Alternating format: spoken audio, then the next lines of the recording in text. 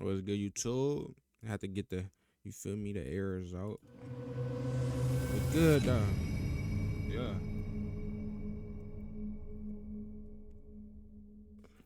I'm take one of my just out. For as long as I can remember, I have seen many horror videos where the most terrifying Uber driver stalks, looking for victims to kill. Everyone has a story with an Uber. But you know what? I have more stories than you do. You see, I'm not the passenger. I'm the Uber driver. Yeah. I understand that it may seem a little scary to... I ain't gonna lie, bro. Being an Uber driver could be scary too. If you don't got no fence up. Wait, do Uber drivers even got that, bro? Anyways, like how the police got it, but yeah, fuck around and get that wild. Get into a stranger's car. But Uber notifies passengers of all my information and the number of rides I've taken. On the other hand, imagine how scary it is to have not just one stranger, but dozens of strangers get into your car every day. And you know what is worse than that? When that stranger inside the car is not a passenger or a human. This happened on a Sunday night. What? I had finished making all the trips for the night and was ready to go home, so I turned off the app before finishing the last trip. When I dropped the girl off at her house, I took the Avenue Road to get home quickly. The Avenue used to be the fastest way, but there was always a lot of traffic. Luckily, at this time of the morning, I continued driving home. I may have become confident in the fact that the avenue was empty, so calmness took over my body and I started to fall asleep. Bro. Working at this time is usually pretty good if you are an Uber driver.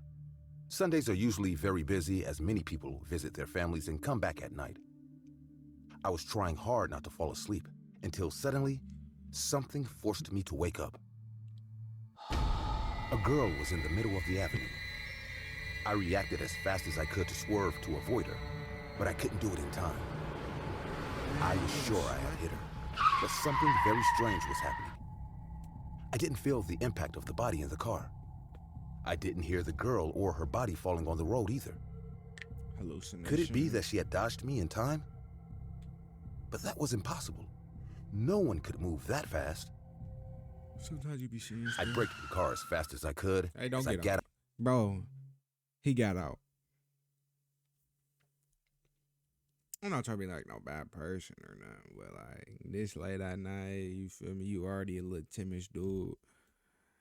You see a little rinky dink girl and you feel me? You didn't feel it, you feel me? You might as well just go home. got out to inspect if the girl was hurt, but nothing. Nothing. Not The leave. avenue was totally empty. Leave. Yeah. I looked bro. under the car and found no one either. There was no girl, no person, nothing. It was as if the girl had never been here. People be so dumb. Confused and considering that maybe it was all because I had fallen asleep, I got into the car, ready to go to sleep Watch your brain in and the back never seat or come back something. to work so late. I started the car again and began to drive. Yeah, A few meters later, I came to a red light. There would be nothing wrong with driving. The avenue was empty, but I wanted to respect the rules. Imagine you just I had breathing already on your had neck. too big a scare with the little girl. Suddenly, I felt that something was wrong, like a cold going through my spine. Yeah. I felt I had to look in the rearview mirror, but if I did, I would surely regret it. Against my better judgment, I decided to appeal to logic and look in the driver's door mirror. What was the worst that could happen? Maybe I would run into the girl on the road. I thought that would be strange for sure, but at least I would know that she was alive and maybe lost. I gathered all my courage and looked into the rearview mirror. But not to my surprise, there was no one there. Just an empty avenue. I took a breath, now much Ooh. calmer, when I saw how the traffic light was still red. The strange thing is that I still felt that strange feeling of terror in my back. At that moment, the corner of my eye drifted almost reflexively to the mirror in the center of the car. And when I saw what was in the passenger seat, I gave a dry scream. In the passenger seat, which had not opened and all the windows were closed, Running home. I saw the girl Running home. Full sprint. No stop. No brakes. from the road. Running. She was in a schoolgirl uniform. Her hair was very long and covered half of her face. I could only see one of her two eyes, but that was enough to freeze me with fear in a way nothing else ever had. Hands bigger than mine. Her gaze was piercing, cold, and terrifying. She wasn't looking at me angrily, but her eye was as wide open as physically possible. I turned around quickly, but the same thing I had seen in the mirror, I could not see with my eyes. Behind me, there was no one. I looked in the rearview mirror again, and the girl was still there, staring at me in the same position. I break the mirror. This didn't make any sense at all. I turned around and in confusion. Ah! Oh, shit. The girl was behind me. Run. She was slowly coming towards me.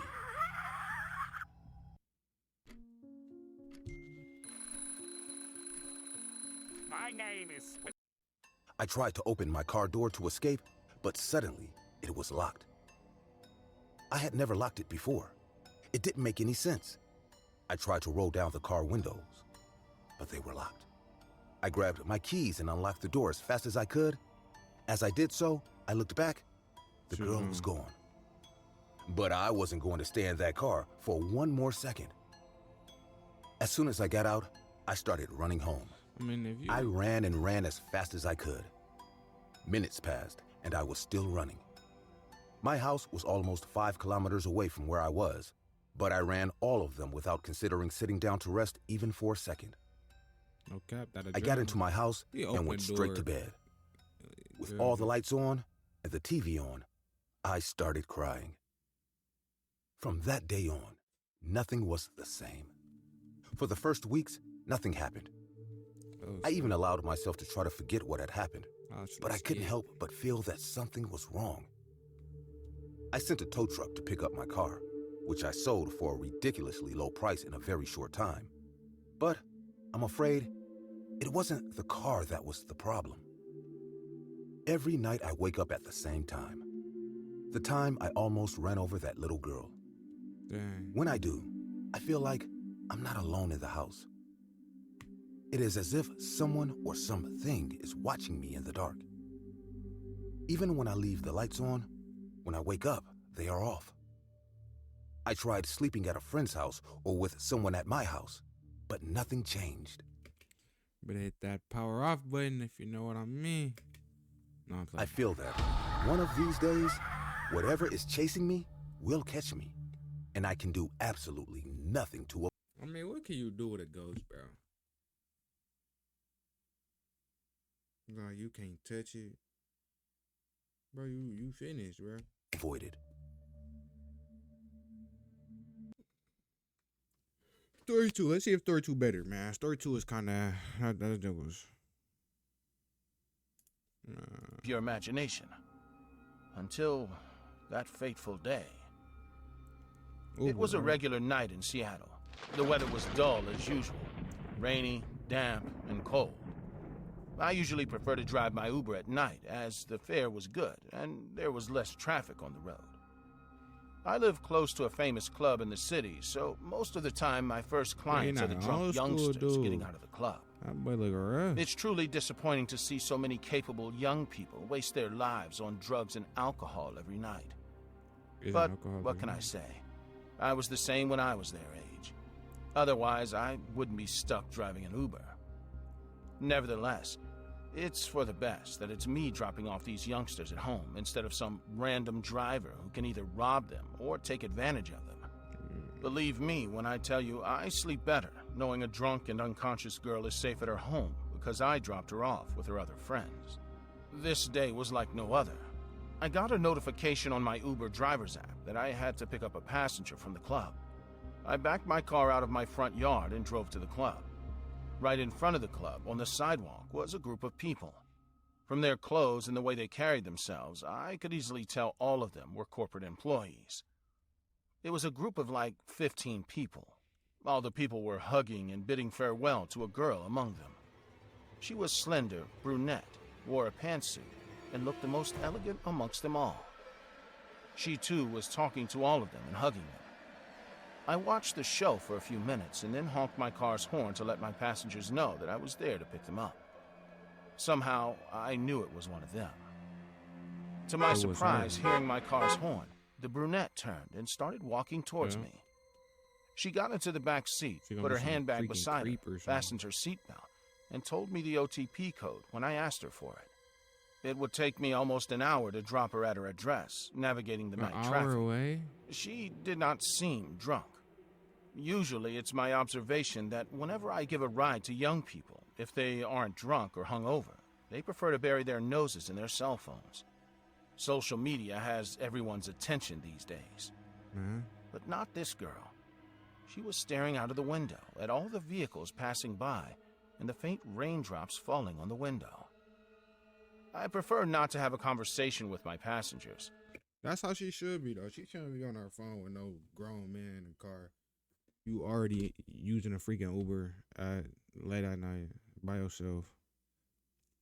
I mean, what honestly could you do if the Uber driver was like, you feel me? One of them dudes.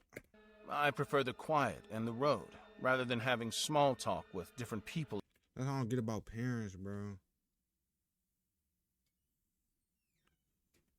I don't be feeling like getting back out to go pick Every up 20 their son or daughter from school or practice or something. Like, bro, come on, bro. Minutes. Tell lazy But ass. this girl surprised me and spoke first. Do you ever think about death? She asked. An absurd question for such Oh, a the young instant- woman to ask, Stop but that, bitch. Get being up. my age, you do think about death once in a while. So I answered her honestly.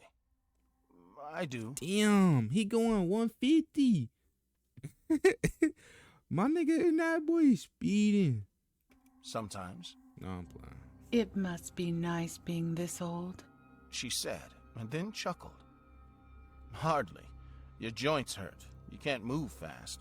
You can't eat without your digestion cycle messing up. The list goes on. It's so nice you get to experience all of that. That statement from her kind of surprised me. I mean, who wants to be old, right? You think being old is nice. Having noisy joints and the need to still work at this age is nice? At least you got to experience life for that long. Some of us aren't that lucky, you know. She said, resting her head on the glass. Why would you say that? Now I was confused. My colleagues were throwing me a going away party there in the club. I quit my current job. I told them I was going to Germany because I accepted a better position there, when, in reality, I have no job offer in Germany. The truth is that I'm dying. Stage 4 blood cancer. There's no cure. Treatment can make Blood me lose a cancer? year at most, but honestly, I feel like I have a few weeks. A couple of months if I'm your boyfriend either. My only family was those people whom I worked with in the office every day, and now I have said goodbye to them all as well. I don't want to burden any of them with my sickness. It's better to just go alone. But I envy you. I really wish I could live long enough to experience the joint pain and the sleepless nights and the crying and laughter of my grandkids. You really are lucky. I was stunned, to say the least. I was not expecting such deep words to come from the young woman in the back seat. Yeah, everybody be taking advantage, be ungrateful for what they got. You feel me? But who wouldn't though? You feel me? If you could walk here today, you're like, dang, I don't feel like walking. I mean, you don't feel like walking, you don't feel like walking. Until, you feel me? She kept on talking for a while, told me some memories from the foster home she grew up in, and then some from her college. She told me about her dreams and her fears. All I did was patiently listen as I drove the car. Tears were rolling down her cheeks as she spoke. We were approaching her destination, and I felt deeply the things we take for granted. Yeah. Suddenly, she made me stop the car in front of a small ice cream shop. Will you have a cup of ice cream with me? I'm like, She yeah, asked with for watery sure. eyes. I could not say no. Sure. I mean, We silently had a scoop of ice cream each, and then she got into the car. I started driving. bro, this was wrong with people though. Like, what is she lying about the whole thing, right? And just making up a story. I don't know, whatever plan she got, or if she really telling the truth and you feel bad, like You can't never be too nice to people, bro. And that's why, bro. Like, she could be some evil. Well, obviously, it's a horror story, but like. And we were only a mile away from her home, and the road was comparatively deserted as she lived on the outskirts of the city. You want some ice cream? Yeah, I'll get out. For the rest of the ride, she reached out her man. hand partially out of the window and made waves with her palm. Then, while leaving, she paid me with cash and said the most heartbreaking thing ever. Thanks for having the ice cream with me. I didn't want to have it alone as I have no one left in the world. I could not hold back my own tears as I drove away. For that night, I did not take any more passengers. I returned home and cried a bit. You made it home? A few months passed, and I had totally forgotten about the woman. I was driving back into the city and passed in front of the ice cream shop. I thought I should stop and have a scoop of ice cream there. It was an intense feeling.